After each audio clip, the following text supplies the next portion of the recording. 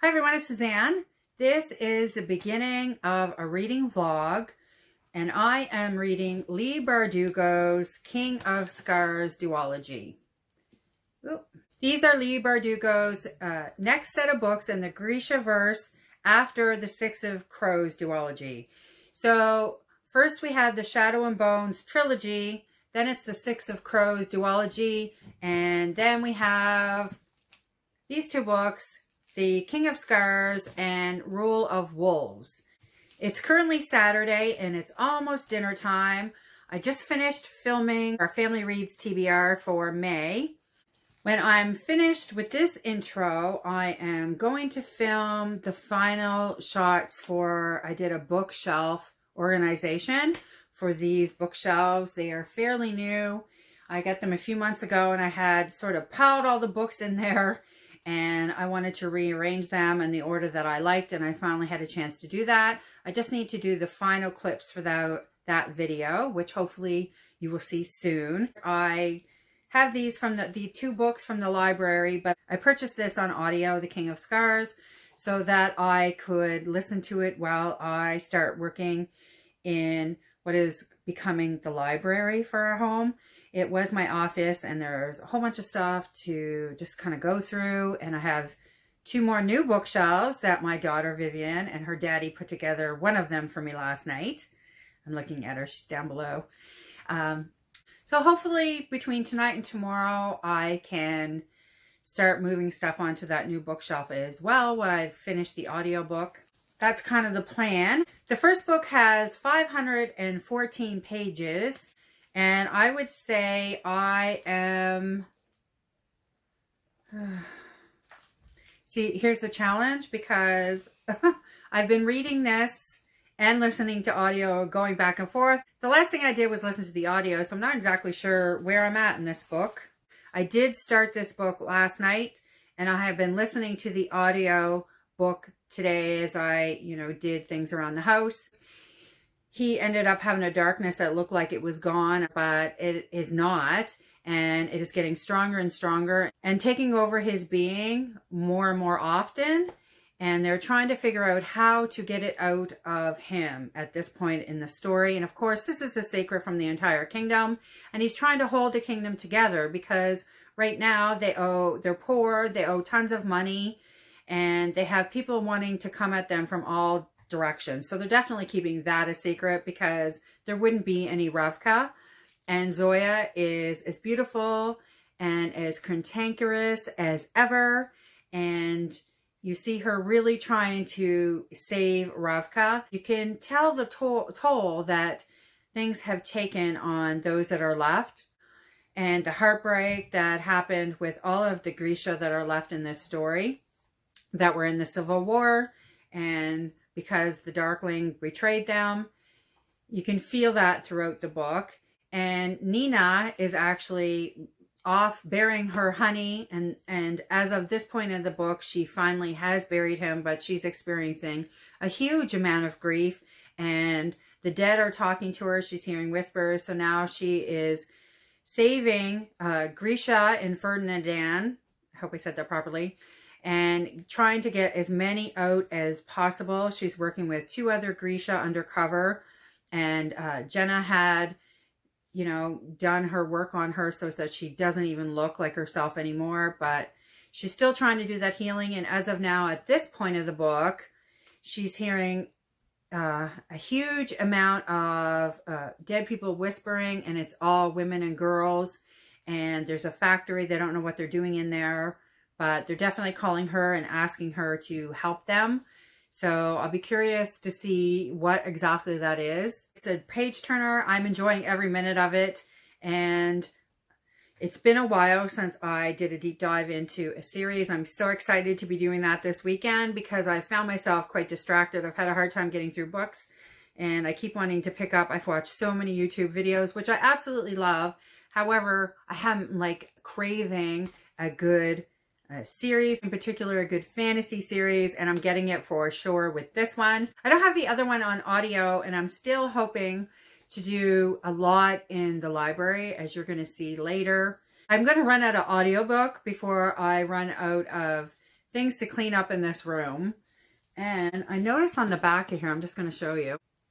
Here we go. Shadow and Bones, 6 of Crows. And I just realized I have this. It is Language of Thorns. I bought that from Book Outlet, and it's an absolutely gorgeous book. I'm going to grab that and I'll show you because it's gorgeous. And as soon as I find it, I can't remember if it's on the bookshelves up here or downstairs. Anyway, I'm just going to turn you around and show you what's going on in this space that we're going to be working on tonight.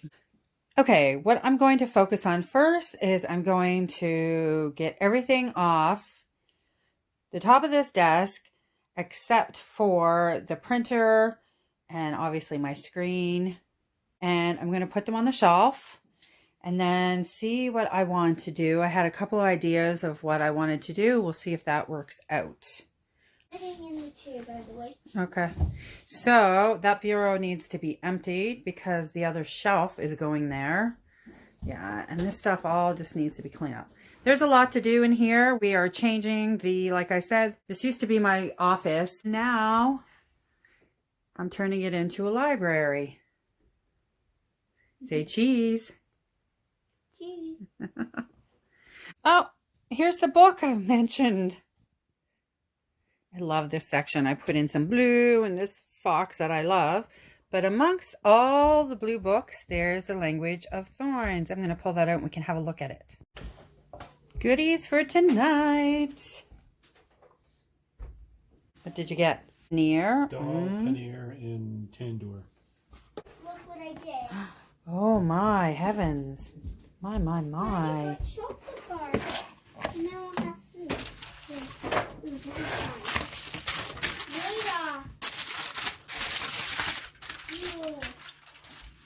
Oh. Yum.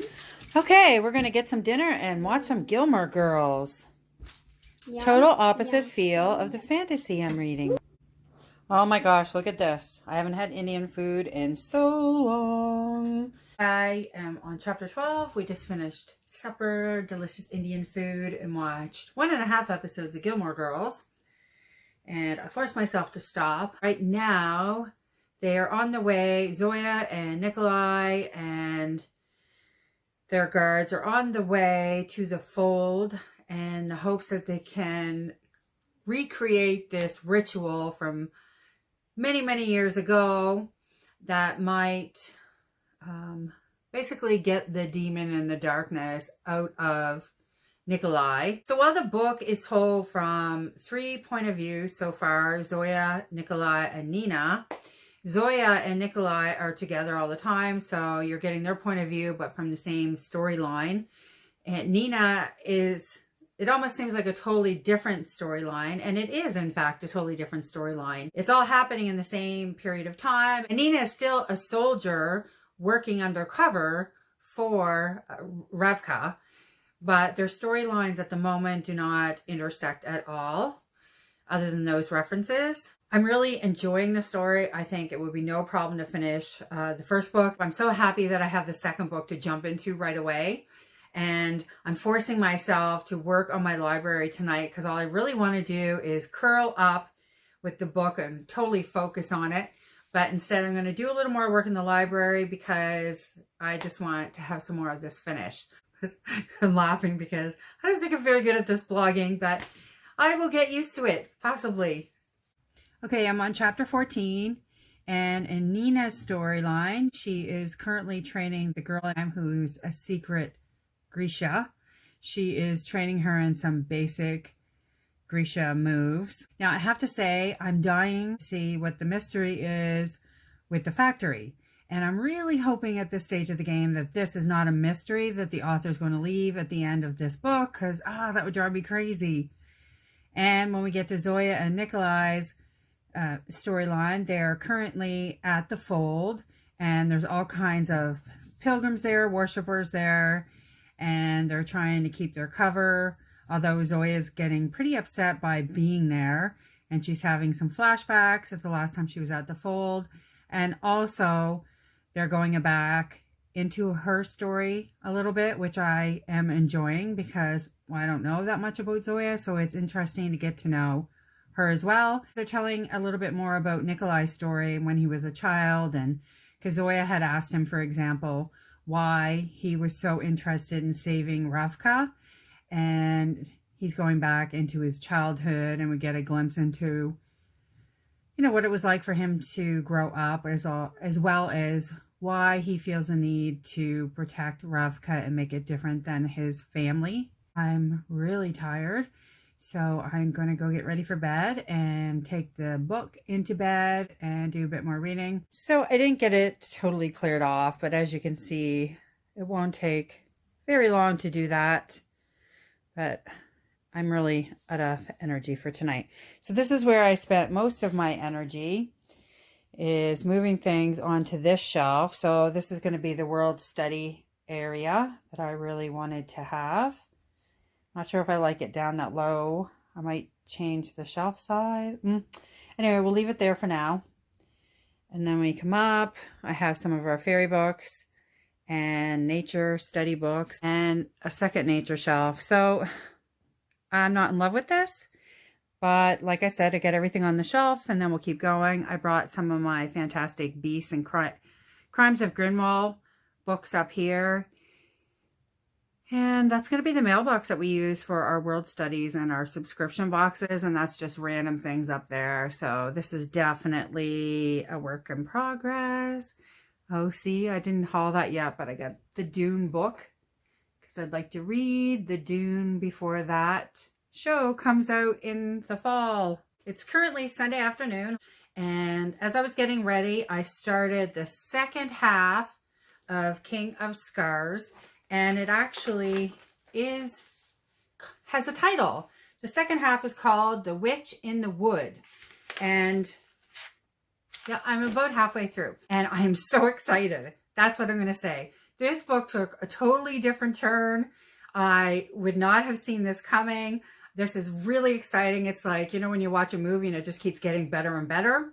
It's the same feeling. This book just keeps getting better and better. This is definitely one of my favorite, which is saying a lot because Six of Crows was truly really good. I don't know if the dialogue in this book isn't as good as the Six of Crows. That was really catchy. I found I really loved the character development in Six of Crows. And I wouldn't say it's on par with that, but the storyline in terms of what is happening is by far the best. And all I'm going to say is right now they're training some kid to impersonate Nikolai because Nikolai and Zoya disappeared from the fold. And that's all I'm going to say. You'll have to read the book. Chapter 23 is introducing a new character, and his name is Isaac, and he is impersonating the king. So they're training him to do that by it's Jenya and Tolia and Tamara, etc. Anyway, so now we've added another character. They're telling part of this new storyline from his point of view as well. So it's kind of neat to have a new storyline. And Nina I just started the first chapter in the second half of the book with Nina, and she is about to go inside of the factory. I'm going to show you the language of Thorns, which I mentioned, as well as open my Mother's Day present, which are books. So it's Mother's Day right now, and these are two amazing books. So I'm going to show you those. Yes, I do know what I'm getting. The Language of Thorns by Leigh Bardugo, inspired by myth, folklore, and fairy tale. These tales will transport you to lands both familiar and strange, to a fully realized world of dangerous magic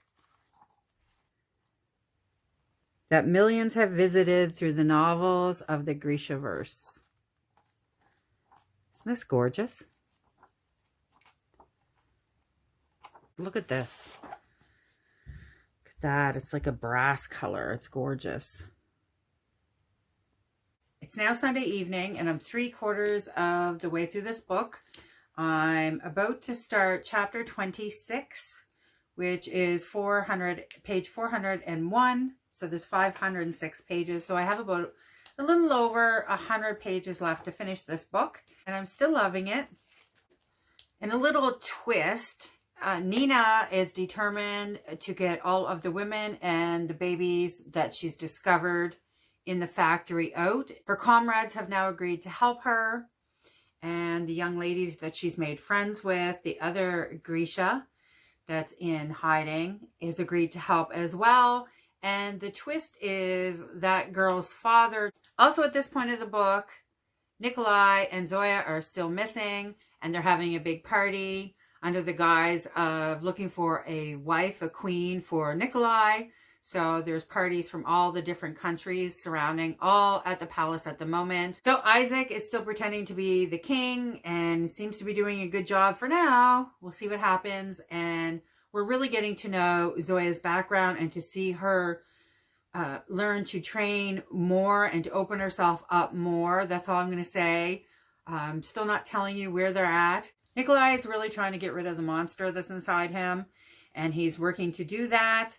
And Zoya is working to get even stronger and to face the demons in her past so that she can be of more help to Ravka. And that's where that's at. Okay, present time. Wow.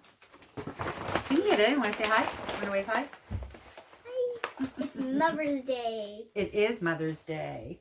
Isn't she sweet? So I said I've been celebrating today by the fact that Vivian made me a mama. And I gave her gifts today. Yes.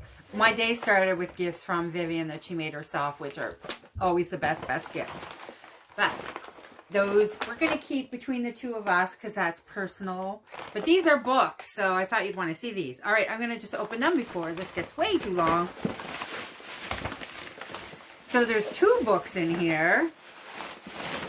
Do I have that cutting off my head totally? Let's lift it up a little bit. That's what is this? So really, actually, you can look at it because this is for both of us as well. This is called Slow Down, 50 Mindful Moments in Nature. And this is written by Rachel Williams, illustrated by Freya Hardis. And I think this is absolutely gorgeous. I couldn't wait for this. I think I'm going to start a new nighttime routine with this book. I'm not going to do this. I'm going to show this to you down below. The second book is Dear Paris, the Paris Letter Collections by Janice McLeod. And I just reread her Paris letters, I think, for the 3rd or 4th time a couple months ago. And I've been wanting this particular... Okay, I'm just going to give you a quick glimpse of this. I'm going to do a video where I'll show probably more of this.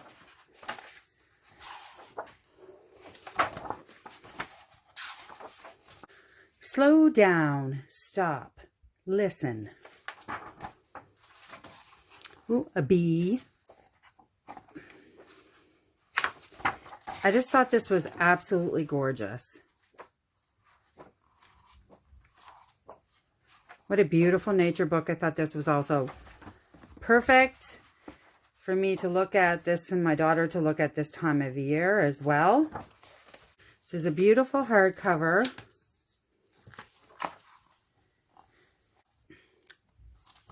Janice McLeod wanted to be an artist, and she left her copywriting job to go to Paris, and she eventually started selling on Etsy. I do believe you can still get them. Letters from Paris. So she did watercolors all around Paris and wrote letters on them, and then copied the originals and mailed them out to everybody every month. So you could sign up for Paris letters. And I thought that would be a really fun, beautiful read for this time of year. Oh. Yeah, what a gorgeous collection. I am as tired as I look. Oh my eyes. Yeah, everything. I'm super sleepy. However, I'm going to go and finish the book because I definitely want to finish it tonight. 1, because I want it finished, and 2, because I have to. I really want to know what's happening and what happens by the end of this book. So I'll do another check-in in the morning and let you know how the book ended. In the meantime, good night. Welcome to the end of the vlog. I'm going to recap what I read this weekend. And from The King of Scars, I read the entire book. This book is told by 3 points of view. We have Zoya and Nikolai, who's following the same storyline. They're in Ravka. And we also have Nina, who is in Ferda. I have to say, I think Leigh Bardugo did an amazing job of switching back and forth between those storylines, because I have read many books where the author goes not only from two different storylines, they might also be jumping in time, which Leigh Bardugo did in this book as well, as she was telling about Nikolai and Zoya's childhood. And I did not find that jarring, and I was not frustrated when she did that. And I say that because other times authors have done that. I have been so frustrated being involved in one story and then jumping to another and then settling into that, and then they bring you back. I also want to say one of the things I appreciated was in the second half of the book when Zoya and Nikolai disappeared and they went somewhere to train. I personally, as a fantasy lover, loved that. The magic and the world that we were suddenly in reminded me a little of the Davabad trilogy, which was my favorite series from Chakraborty in 2020. And it had a little bit of that feel, which I appreciated. And I love that there was a little religious aspect to that as well, in terms of the world and the connection to spirituality in some way and the energy and power in the world. I very much appreciated that part of the storyline. And fast forward to the end of this book, two things. One, Nina decided to go to the capital city in Ferda with the girl that she met, where no one is actually going to be able to help Nina if something happens. And while I think that is extremely brave, I also interpret that as Nina choosing to do something that gives her time in history with Matthias meaning. And I think because she's still in grief, she really feels driven to do that. And that makes sense to me. Now, when we get to the ending of Nikolai and Zoya's story, they're back at the palace in Ravka, and there's a little twist to their ending, which I'm quite sure is Leigh Bardugo's way of hooking you to read the second book. And while I was a little bit surprised by that ending, at the same time, I felt like I shouldn't be surprised that I knew it was coming. However, and I don't want to spoil that if you haven't read the book, I will say this though, I felt really tired. That was my instant reaction when I realized what the hook was and what was happening and what we had to look forward to in the second book. And I was very excited and looking forward to jumping immediately into the second book in this duology, The King of Wolves. And after I read that ending, I had no energy to pick up that book. And I will, for sure. By the way, I rated this a 4 out of 5. And if it wasn't for that little twist at the end, it probably would have been a higher rating, probably a 4.5. But because of that ending, I really can only give that a 4 because now I'm not as excited to read the second book. And I will do that. I've decided to wait until next weekend to read that second book. I need a little bit of space in between. I'm going to read some middle grade fantasy books in between. And hopefully I'll feel different by next weekend. Thank you for joining me. I know at the beginning I said this was a vlog for both of these books. However, there's just not enough time to do both. I talk so much on this one, I can't possibly do this as well. The vlog would be way too long. So I'm going to end it here and I'll be back with part B next weekend. I hope you enjoyed this vlog and I will see you soon with another bookish video.